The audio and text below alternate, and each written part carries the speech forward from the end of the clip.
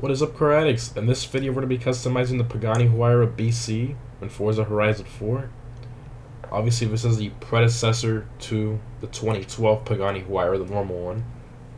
Back then, that car had 700 horsepower. So for this model, they've improved the aerodynamics, giving the car more downforce for track use and things like that.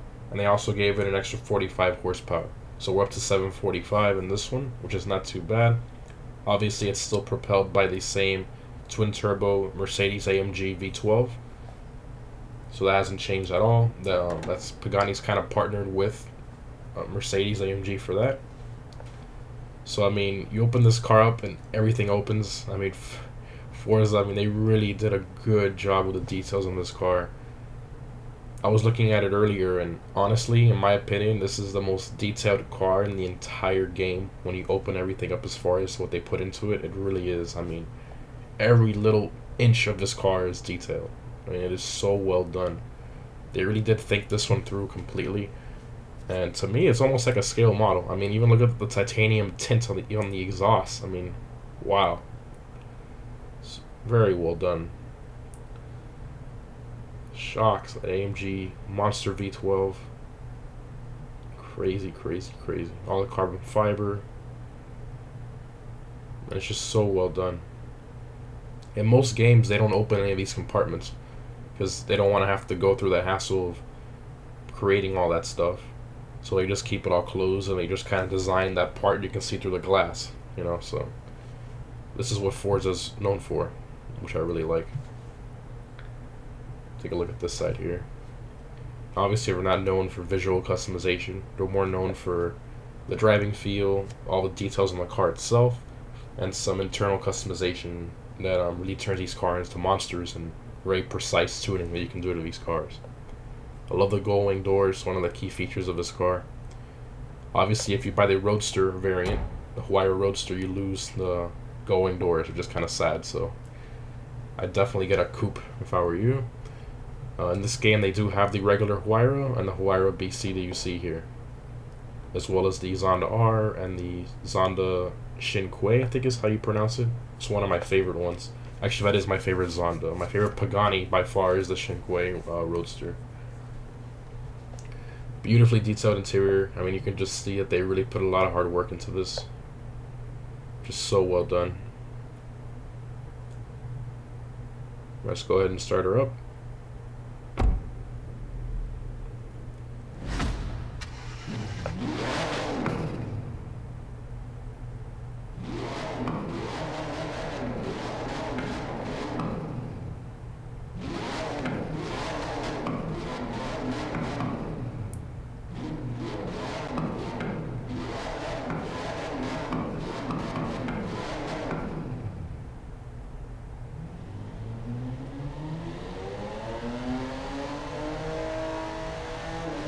Unfortunately, they put a lot of hard work and detail into the car, but they didn't give it a very good exhaust note, which I was very sad about. This sounds nothing like the Mercedes AMG from the real car. It sounds like a cross between a Ferrari exhaust note and like an Aston Martin exhaust note. I don't know what the heck they were doing or what they were thinking. It sounds terrible, to say the least. It is very bad. I have no idea what's going on here with this, but at least the car looks good, right?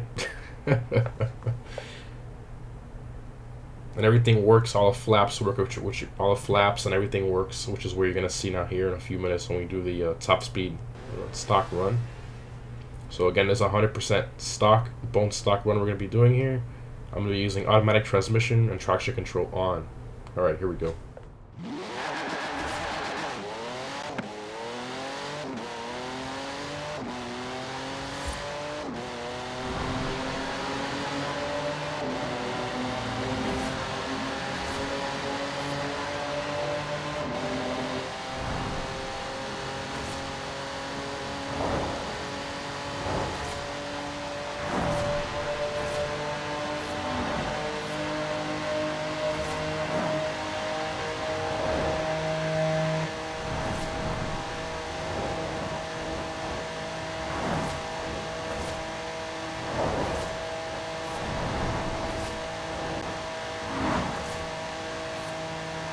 Alright, not too bad. 239, almost 240 on the downhill section, and then once the road flattened out there at the end, dropped down to 237. Not bad at all for a stock car. That is amazing. This car has, as you can imagine, has very good handling as well. Not as good as a McLaren Senna or anything like that, but it is pretty decent. Alrighty, now we're going to move on to the manufacturer colors here. So unfortunately there's only two. You have the stock and then the one that's kind of like a grayish silver color. So they all have this white and blue stripe.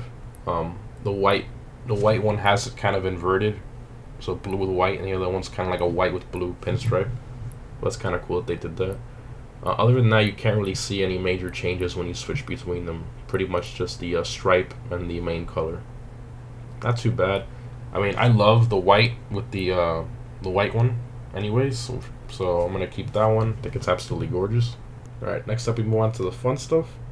So as you can see here, this car unfortunately does not have any body kit presets. You can see how it's kind of grayed out there. So that means it doesn't have a wide body kit or a race car kit or anything like that. Moving on. So next up we're gonna go to conversions. Now I'm a little scared. I don't know what they're gonna throw in here. Maybe it's just a stock motor. Maybe it's, we're gonna see here. All right, so it's only a drivetrain swap. Okay. So you have the stock drivetrain, which is rear-wheel drive, and then you can make it all-wheel drive if you want.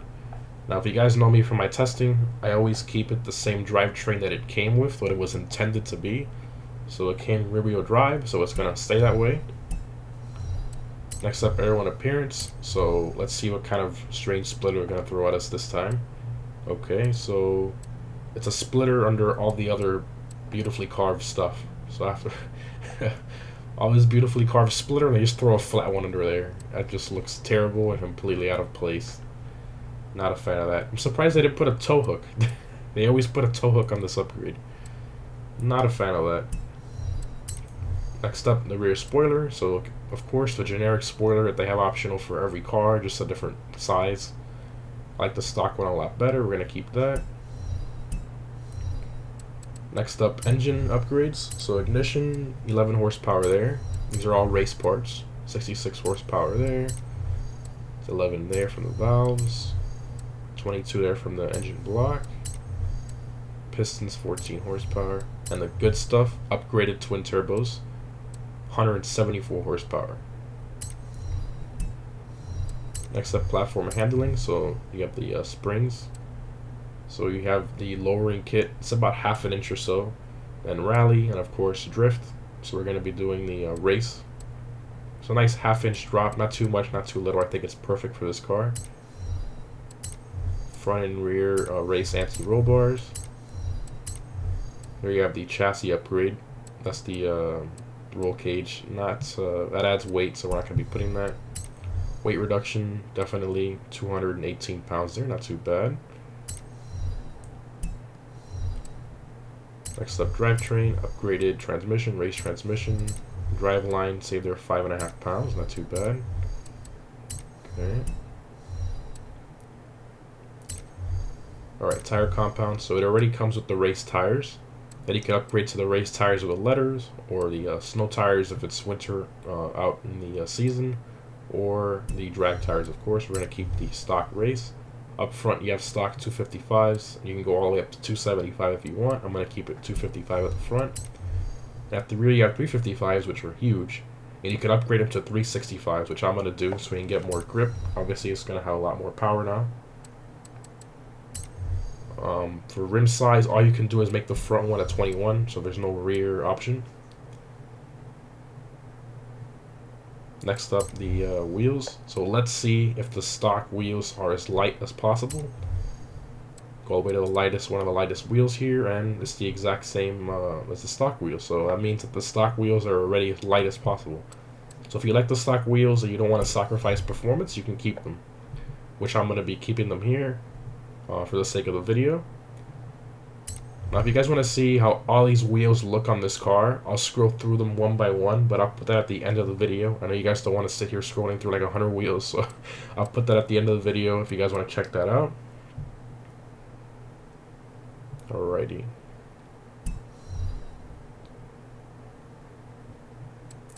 Okay, now let's see how much all of this is going to cost us. Okay, 47,500. Alright. So we're down over 200 pounds. We're up about 300 horsepower. And 0.1 of a lateral G. Not too bad. Very good. Alright, so let's go ahead and buy that. Alright, now let's see what this beast can do.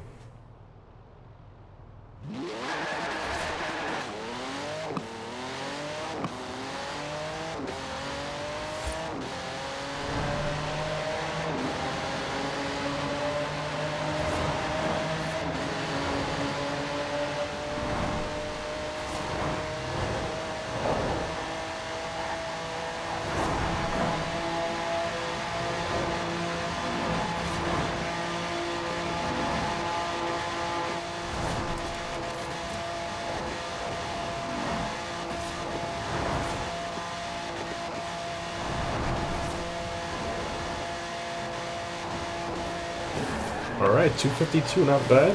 So we did reach the speed limiter of the car. Now if you guys want to go even faster than that, I recommend doing some transmission tuning. But in this video, I always show what happens when you fully max it and not touch any tuning. Because what most people do that are novices and they don't really go into the tuning that much. Obviously you can download a top speed tune and go crazy. I'm sure this car will easily go over 260, 265 without a problem. Now as far as the handling, I can't really give you too much of an opinion on that because it's snowing right now. The roads are kind of icy. It's a little more slippery compared to what we're used to. But comparing it to the last car I drove on here, it's pretty good. It's not bad. I do feel that the Senna is probably one of the best out there for handling. I've driven in every condition. That thing is an absolute animal. Nothing can really match that from as far as I've driven. Great car, Pagani Huayra BC. Now it is on the pricey side, $1.5 million. That is pushing it. That's a little bit too much. There are a lot better cars you can get in the game for that. Anyways guys, thank you for watching. And here are all wheel options. Pagani Huayra BC.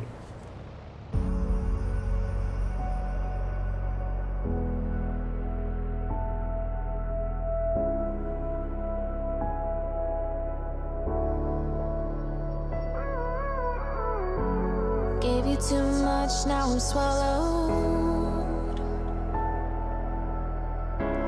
Now I'm the fool while you're breaking rules. Dangerous path that I follow. Oh, go on, just do what you do.